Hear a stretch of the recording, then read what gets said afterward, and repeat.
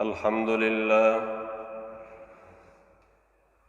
لله نحمده ونستعينه ونستغفره ونؤمن به ونتوكل عليه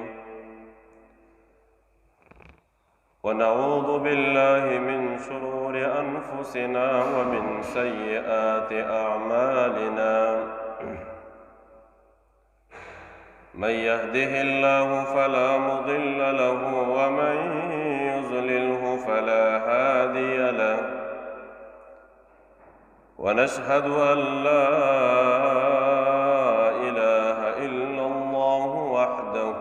وحده لا شريك له وأشهد أن محمدًا عبده ورسوله قال الله تبارك وتعالى يا أيها الذين آمنوا توبوا إلى الله توبة نصوحا وقال تعالى إن الله وملائكته يصلون على النبي يا أيها الذين آمنوا صلوا عليه وسلموا تسليما اللهم صل على محمد وعلى آل محمد وبارك وسلم تسليما كثيرا كثيرا صدق الله العظيم وصدق رسوله النبي الكريم ونحن على ذلك لمن الشاهدين والشاكرين والحمد لله رب العالمين زما عزتمندو مشرانو مسلمانانو 13 جمعہ کے بیان مختصر د تقوا په موضوع باندې و او دې جمعه کې به ان شاء الله که الله ته منظور و رب العالمین دی صحیح وینا صحیح اوریدو الله جل شانه دې د عمل کولو توفیق را نصیب کړي دې جمعه کې به ان شاء الله د توبې باره کې بیان کوم زما عزتمندو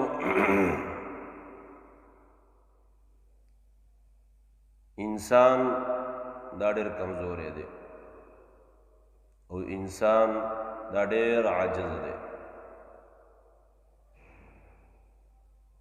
یو طرف ته د رحمان وینا ده بل طرف ته د شیطان وینا ده خو چې کله د انسان ایمان جوړي او دې د رب العالمین نه یریږي نو دې چې کله ګناه وکړي نو د ګناه نه پس په دې باندې دومره بوجي لکه دا غټ غر چې به د پاسه راچي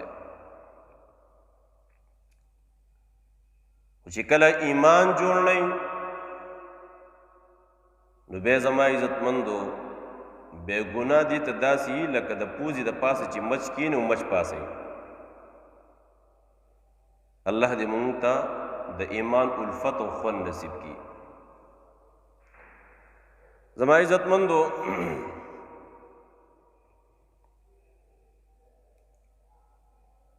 د توبه باره کې علما سوی العلماء قال العلماء التوبة واجبة من كل ذنب علماء فرمائی چې دا هر توبه نه توبه وستل دا لازم دي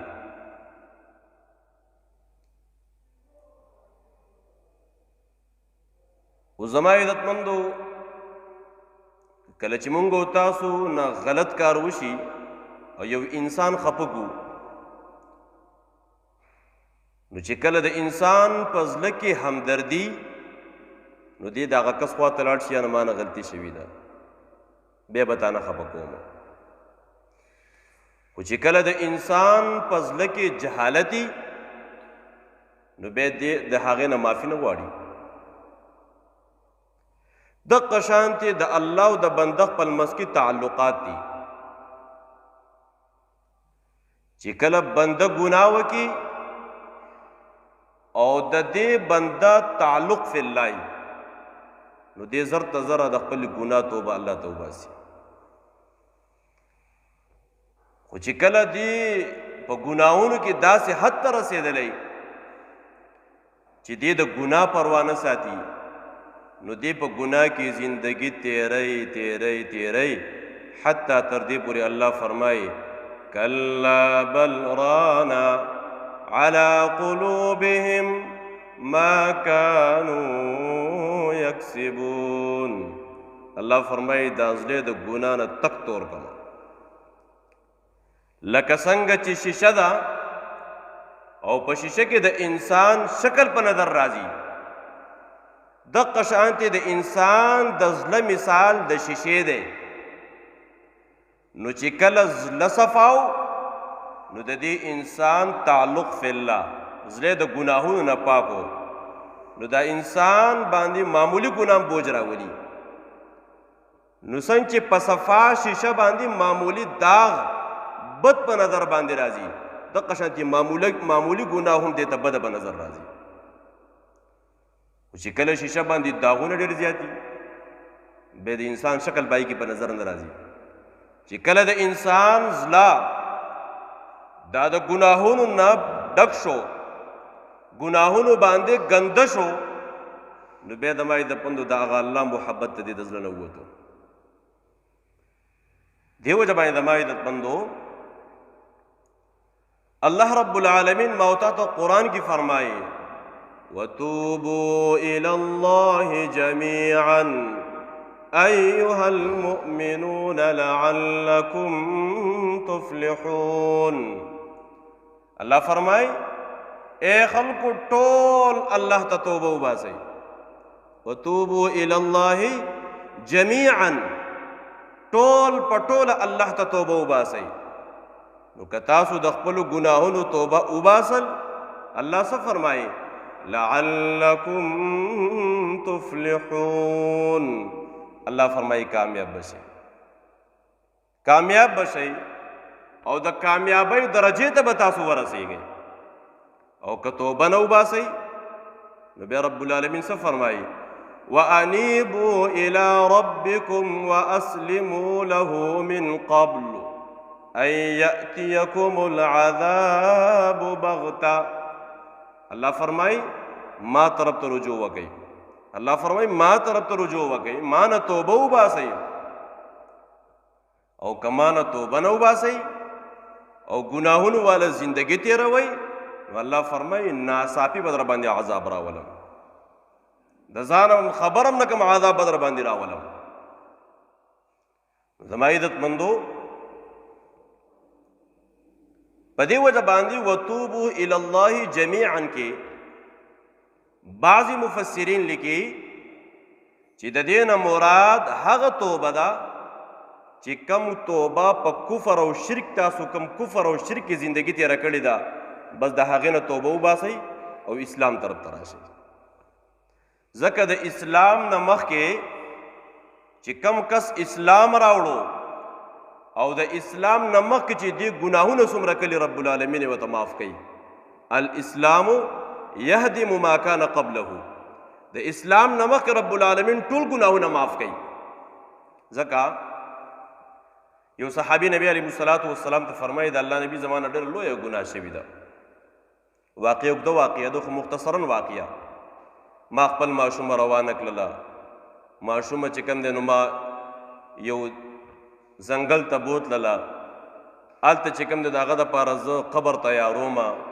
هغه ماشومه ما ته وایي ای زما باجانه دا ته څه کوې حتی تر دې پورې چې یو کوی و نو زړه کې مې دا رالل چې دا خپله ماشومه بچی کوی ته ور واچوم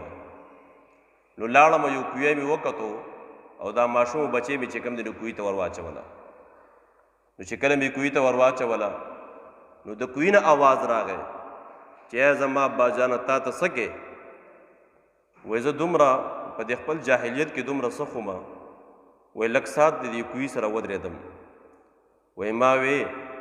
چې که چېرته دوباره اواز یې راشي چې بیا راوخېږم او بیا یې ور واچوم یا بیا راوخېږم ژوندی دفن کړم وایي دوباره اواز رانغی ما ته پته ولګېدل چې هغه وفات شو چې کله حضور صلی الله علیه وسلم دا واقعه واورېدله د الله د نبي د سترګو مبارکو نه اوښکې روانې شوې او نبی علیه السلام وفرمایل که چېرې د اسلام نه مخکې په دې باندې سزا وی نو د ټول نه مخکې سزا ما تعالی درکړې وی والاسلام یهدم ما کان قبله د اسلام نه مخکې ټول ګناه معاف ده نو زما عزتمندو بعضې مفسرین لیکي چې نه د دې نه مراد عامه ګناه ده د هرې ګناه ته رب العالمین نه توبه وباسل او بل ځای کې الله څه فرمایي یا ایها الذین آمنوا توبوا الى الله توبة نصوحا اللہ فرمائے اے ایمان والو اللہ نے توبہ وباسي د نصوحا توبہ وباسي نصوحا توبہ څه ته ویل کېږي په دې کې مفسرین ډېرې معنی کوي بعضې مفسرین وایي نصوحا توبه دې ته ویل کېږي په خالص زړه باندې الله ته توبه وباسه بعض مفسرین لیکي نصوحا توبه دې ته ویل کېږي چې کومه ګناه شوې ده هغه باندې استغفار کول او مخې ته د دې ګناه نه توبه وباسل بعض مفسرین لیکي نصوحا د نصیحت نه وتی دی او نصیحت ویل کېږي دې ته چې رب العالمین د خپل بندګانو ته د دې خبرې نصیحت کوي چې ما نه توبه وباسئ خو په ریاکارۍ سره مه وباسئ خالص د رب العالمین د رضا دپاره توبه وباسئ دیو جب ادماء عزتمندو امام قرطبی رحمه الله غالبا لیکلی دی چې کم سړی د ګناه نه توبه وباسل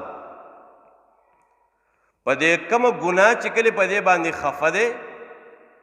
او مخې ته د دې ګناه اراده شته دوباره وایي دا د کذابینو دوکه ده د کذابینو توبه ده د دروغجنو توبه ده رښتینې توبه دې ته ویل کېږي چې مخکې ګناه باندې ندامت مخکې چې تا نه کومه ګناه شوي هغې باندې پریشانی او ورپسې چې کوم دی د ګناه د نه کولو عزم دې ته توبه ویل کېږي او دا خو توبه نه شوه مخې ته په ګناه باندې خپئ او ورپسې بیا هم د ګناه عزم کې بیا دې هم د ګناه اراده شته نو الله څه فرمایي رب العالمین فرمایي فقلت استغفروا ربكم انه كان غفارا چې کله د رب العالمین نه د خپلې ګناه توبه وباسل نو الله فرمایي اولنی انعام به دا وکم چې بخشش په دې وکم ما په دې کم حسن بصری رحمت الله علیه ته یو کس راغی وی حضرت وی هو وی ما نه د الله نه دعا وغواړه چې رب العالمین زما مغفرت وکړي هغه وی استغفار کوه بل کس راغی حضرت صاحب زامن مې نشته دعا راته وکړي چې رب العالمین نه زامن نه کړي وی استغفار کوه بل کس راغی حضرت پټي ته مې اوبه نشته وی استغفار کوه بل کس راغی حضرت باران نشته دعا وکړي چې رب العالمین باران ووري وی استغفار کوه بل کس راغی حضرت خلق مې په علاقه کې قدر عزت احترام نه کوي وی استغفار کوه ساگر ورته وی حضرت صاحب دا یوه وظیفه ده بله وظیفه نشته هغه وی دا زه نه ویم دا د رب العالمین کلام وی دا الله کتاب وی فقلت استغفروا ربكم انه كان غفارا الله فرمائے کہ استغفار دی وکو بخنه به دی وکم يرسل السماء عليكم مدرارا استغفار دی وکو شیبو باران بدر باندې اوروم ويمددكم بأموال وبنين ويجعل لكم جنات ويجعل لكم انهارا الله فرمائے کہ استغفار دی وکو توبه دی وباسل زامن بم درکما وببم درکما ما لكم لا ترجون لله وقارا رب العالمین فرمائے عزت بم درکما وقار و عزت بدرکما دیو جماعی دمائی دت مندو وس په توبه باندې الله سمره خوشالي او په استغفار باندې الله څومره خوشحالېږي. روایت ته چا دی؟ د حضرت ابو هریره رضی الله تعالی عنہ روایت دی. د بخاری شریف دا حدیث نقل کړی دی. دی قال سمعت رسول الله صلی الله علیه وسلم، ما د جناب محمد رسول الله نه اوریدلی نبی علیہ السلام فرمایي چې زه د روزانه د اویاو کرتو نه زیات استغفار او الله ته توبه وباسم. نبی علیہ السلام فرمایي روزانه د اویاو کرتو نه اکثر من 70 مره زیات د اویاو کرتو نه زه رب العالمین ته توبه وباسم. نو چې پیغامبر دی، امام الانبیاء دی او داسې پیغامبر، الله اکبر، څنګه چې په تمامو ګلونو کې د ګلاب ګل اعلی دی، څنګه چې په تمامو ورځو کې د جمعې ورځ اعلی ده، څنګه چې په تمامه میاشتو کې د رمضان مبارک میاشت ده، څنګه چې په تمامو شپو کې د لیلة القدر شپه چې کوم دی مبارکه ده، څنګه چې په تمام کتابونو کې قرآن مجید برکت والا کتاب دی، څنګه چې د تبع تابعینا تابعی اعلی دی، څنګه چې د تابعینا صحابي اعلی دی، دغه شانتي په ټول کائنات کې محمد رسول الله اعلی دی. هغه پیغامبر زما د پندو بیا رانه موضوع بدلیږي، لیکن هغه محمد رسول الله صلی الله علیه وسلم فرمایي چې زه د اویاو کرتو نه روزانه زیات الله رب العالمین ته توبه وباسم. چې پیغامبران د ګناه نه پاک دي. اوس ما او تا خو ګناهونو باندې ککړ یو، ما او تا خو په ګناهونو کې دننه شوي یو، د ګناهونو بوج زما او ستا په سر باندې پروت دی.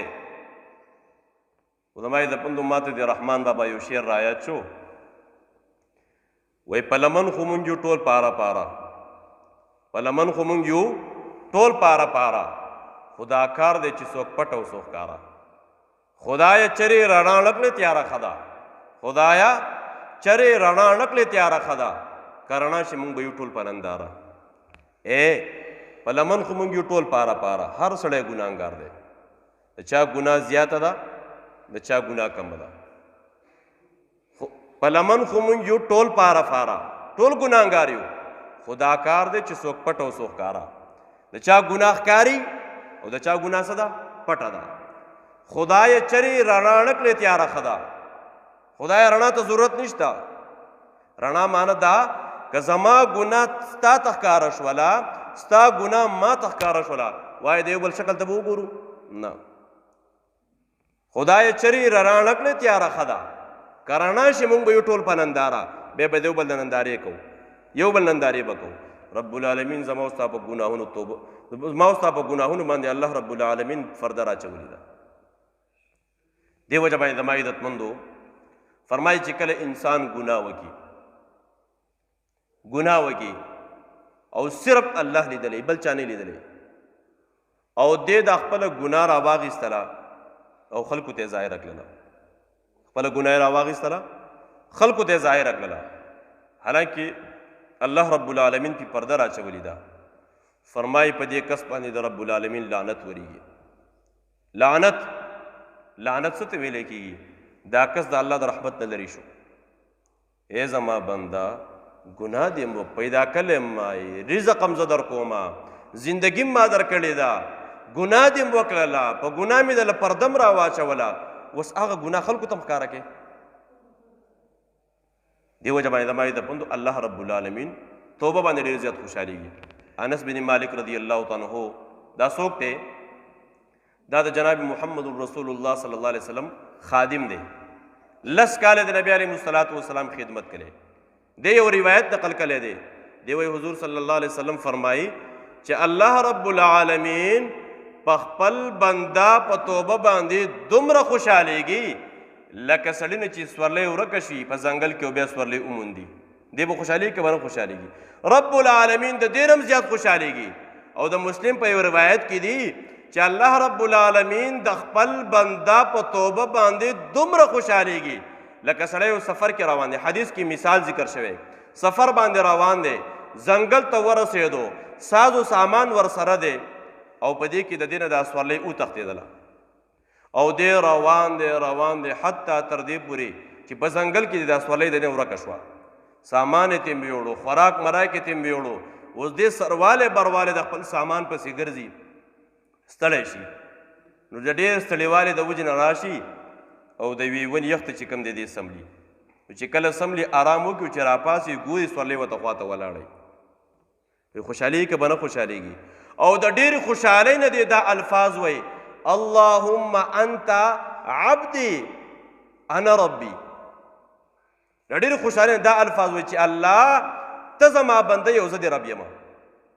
ډېرې خوشحالۍ نه کوم الفاظ وایي اللهم انت عبدي، الله ته زما بنده یې، وانا ربي، او زه ستا رب یم. د ډېرې خوشحالۍ نه دا خبره وکړي. حالانکې داسې پکار وه چې اللهم انت ربک، الله ته زما رب یې، وانا عبدي، زه ستا بنده یم. داسې پکار وه. خو دې دومره خوشحاله شي چې د ډېرې خوشحالۍ د وجې نه الفاظ هم غلط ووایي. نو زما یې د پندو الله رب العالمین د دې نه هم زیات خوشحالېږي چې کله بنده الله ته توبه وباسي. اوس زما یې د پندو ګناهونه خو موږ تاسو کوو، ګناهونو کې زندګي تېرو، اوس د ګناه نه الله ته توبه نه وباسو. نو زما یې د پندو الله به خفه کېږي که به نه خفه کېږي؟ اوس الله رب العالمین داسې ذات دی که ماو ته نافرمانۍ والا زندګي تېره کړل، ماو ته بغاوت والا زندګي تېره کړل، الله ناراضګۍ والا زندګي م تېره کړل. نو الله فرمایي بقوم یحبهم ویحبونه، د مخ ته ځمکې نه به تاسو پناه کړمه، تاسو به پناه کړمه او داسې خلق به پیدا کړمه چې هغو به زما سره محبت کوي، زه به د هغو سره محبت کوم. زما یې د پندو الله چاته محتاجه نه دی. الله رب العالمین که دا ټوله دنیا دینداره شي او ټوله دنیا د دین کار شروع کړي، زما د رب العالمین په ذات باندې قسم وي چې د ټولې دنیا نظام یې پیدا کړی، د رب العالمین په بادشاهۍ کې کمی نه راځي. او که ټوله دنیا د رب العالمین نافرمانه شي، بغاوت والا جوړ شي، بیا مې د الله په ذات باندې قسم وي چې د رب العالمین په بادشاهۍ کې کمی نه راځي. ماو ته محتاج یو، ماو ته به الله ته توبه وباسو او بیا توبه هم داسې نه وباسو. یو خو زموږ د پښتنو توبه ده، غوږون تلاس کې توبه توبه، دا ټوکې دې ته پښتو کې ټوکې ویلی کېږي، توبه دې ته نه ویلی کېږي. ګناه در نه وشوله، بېشکه ستا خو بل درد نشته چې چا ته ودرېږې، یو درد دی چې رب العالمین دی. بس راشه د الله در ته راشه، راشه د الله کور ته راشه او وژاړه رب العالمین ته چغې ووهه. په ژړا کې شرمېږه مه، ته د حضور صلی الله علیه وسلم هستۍ ته رسېدی شي. جناب محمد رسول الله صلی الله علیه وسلم د قرآن دا آیات تلاوت کوي ان تعذبهم فانهم عبادک وان تغفر لهم فانك انت العزیز الحکیم. او نبی علیہ السلام جاړي.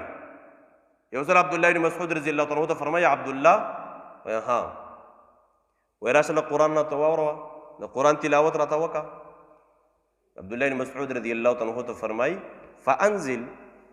الله نبی قرآن خو پتا نازل شوی دی، په کار ده چې تلاوت یې ته وکې. وینا ان احب، دا غواړم محبت ساتم، اسمعه من غیري، چې قرآن د غیر نه واورم، قرآن د غیر نه واورم. تلاوت یې شروع کو، د سورې نساء تلاوت یې کوو، حضور صلی الله علیه وسلم تلاوت ته ناست دی، تلاوت اوري. چې کله دې آیات ته عبدالله بن مسعود رضی الله عنه ورسېدو فکیف اذا جئنا من كل أمة بشهيد وجئنا بك على هؤلاء شهيدا. الله أكبر. چې کله دې آیات ته ورسېدو نبی علیہ السلام ورته وی امسک، عبدالله ودرېږه، بس ودرېږه. عبدالله بن مسعود رضی الله عنه فرمایي چې کله ما د دواړو جهانو سردار ته وکتل جناب محمد رسول الله صلی الله علیه وسلم فاذا عیناه تذرفان، د رسول الله د سترګو مبارک نه اوښکې روانې وې. ولې ژړله؟ دې آیات کې کومه خبره ده چې نبی علیه الصلاة والسلام د سترګو مبارکو نه اوښکې روانې شوې؟ آیات کې دا خبره ده د قیامت په ورځ باندې به خلک ګواه کوونکي راوستلی شي، گواهی به ورکوي او اے حضور صلی الله علیه وسلم وجئنا بک علی هؤلاء شهیدا، تب هم گواه راوستلی شي. نو که په دې کلي کې چا معمولی غلط کار وکړو څوک د هغې ضمانت ته تیار دی؟ نه. ما او تا د سحر نه والا تر ماښامه پورې، ماښام نه والا تر سحره پورې، هفتې نه والا تر میاشته پورې ټوله زندگی په ګناهونو کې تیرو، بیا هم زما او ستا دپاره سفارش محمد رسول الله کوي. څومره احسانات یې راباندې دي عزتمندو. دې وجه باندې زما عزتمندو الله ته توبه وباسه، هر ټیم کې استغفار کو. فرمایي من لزم الاستغفار، چا چې په ځان باندې توبه لازم کړل، استغفار لازم کو، فرمایي په هر تنګۍ کې به رب العالمین لارې کولاوي کی، په هر تنګۍ کې به رب العالمین لارې کولاوي کی. او فرمایي د داسې ځای نه به رب العالمین رزق ورکي چې د دې ګمان کې هم نه راځي، د داسې ځای نه رزق به الله ورکي. زما د پندو د دې نه معلومه دا شوه چې کم انسان دا وایي چې زما زندګۍ کې دې برکت راشي، زما د اولاد زندگی دې ښه شي، زما د کور زندگی دې ښه شي، زما کاروبار دې ښه شي، زما د پندو دې هر ټیم کې د رب العالمین نه توبه وباسي، الله نه دې توبه وباسي. دې وجه باندې زما د پندو ګناه انسان کمزوری دی، خلق الانسان ضعیفا، انسان ډېر کمزوری دی، انسان نه ګناه کیږي، لیکن د ګناه د پاره توبه ده او د توبې دروازې بند نه ده، دا کولاو ده. خو داسې نه الله دې داسې نه کوي عزتمندو چې ما ورته ګناه هم کوو بیا هم توبه نه وباسو، ګناه کوو بیا هم توبه نه وباسو، ګناه کوو بیا هم توبه نه وباسو، حتی تر دې پورې اذا حضر احدهم الموت، یو ځل به مرګ راشي د توبې توفیق مو میلاو شي، بیا به الله ته توبې وباسو، بیا به د توبې توفیق ختم شي. وس ته توبې موقع ده، وس الله مقرر کړي، او نه دا به نه وایو د الله د رحم نه به نه نا امیده کېږو. الله څه فرمایي؟ لا تقنطوا من رحمة الله ان الله يغفر الذنوب جميعا. الله فرمایي ای زما بنده ما نه ګورې نا امیده کېږه، ما نا امیده کېږې به نه. اوس زما د پندو هغه مور چې د خپل بچي سره څومره محبت دی، د خپل بچي سره هغه پلار راولګېدو، زوی راولګېدو، مرغۍ ویشتله، خطایي کې مور ویشتله. چې کله مور ویشتله، مور اسپتال ته لاړل، چې کله اسپتال ته لاړله، هسې د مور د بچي سره څومره محبت دی، نو حالات یې تشویشناک دي، حالات یې خراب دي. دا ښځه د خپل خاوند ته وایي یو خبره درته کومه، وایي وایه، وایي زما دې بچي ګوره زه په قصد باندې نه یم ویشتې، زما بچي خو مرغۍ ویشتله، خطایي کې زه ولګېدم، خیال کوه وګورې چې زما بچي ته پورته ونه ګورې. د دغې مور په مقابله کې رب العالمین د خپل بنده سره او یا چونده زیات محبت ساتي. زما د پندو نا امیده کېږو به نه، ها د ګناه د پاسه ګناه به هم نه کوو. حسن بصري رحمت الله علیه لیکلي دي چې کم سړی ګناه کوي، په ګناه کې لګې دی او دی وایي چې مړه الله خو غفور رحیم ذات دی، وایي دا د ګناه د پاسه ګناه کوي، دا د ګناه د پاسه ګناه کوي. ټیک ته ګناه دې وکړل، الله ته توبه وباسه، خو ګناه کې هم لګی، په ګناه کې روان او بیا هم دا خبره کوي. دې وجه باندې زما عزتمندو موږ او تاسو د ګناهونو نه لرې زندګي تېرو، اطاعت والا زندگی تیرو، الله رب العالمین خوشحالی والا زندگی تیرو. چې کله مونږ او تاسو الله خوشاله کو، الله وایي تا به خوشاله کم، که مونږ او تاسو الله خفه کو، الله وایي تا به خفه کم. بیا خو الله رب العالمین داسې نه کوي چې توره راوالي ستا راسټ ووایي، نه، الله رب العالمین داسې کوي چې کله را باندې بارانونه سیوا کي، الله رب العالمین بیا داسې کوي چې کله را باندې بارانونه بند کي، الله رب العالمین را باندې کله بیا عذابونه شروع کي، کله یو مسله کله بله مسله. خو دغه د الله توره ده که نه، دا د الله د عذابونو قسمونه دي که نه. زما د پندو الله رب العالمین ته د خپلو ګناهونو توبه وباسو او د نن نه پس دا عزم کو چې روزانه سل کرته چې کوم دی مونږ او تاسو استغفار کثرت سره کوو. رب العالمین دې عمل کولو توفیق راکړي. واخر دعوانا الحمدلله. دعا وکړئ الله ګناهونه معاف کړي، الله د ټول عالم ګناهونه معاف کړي.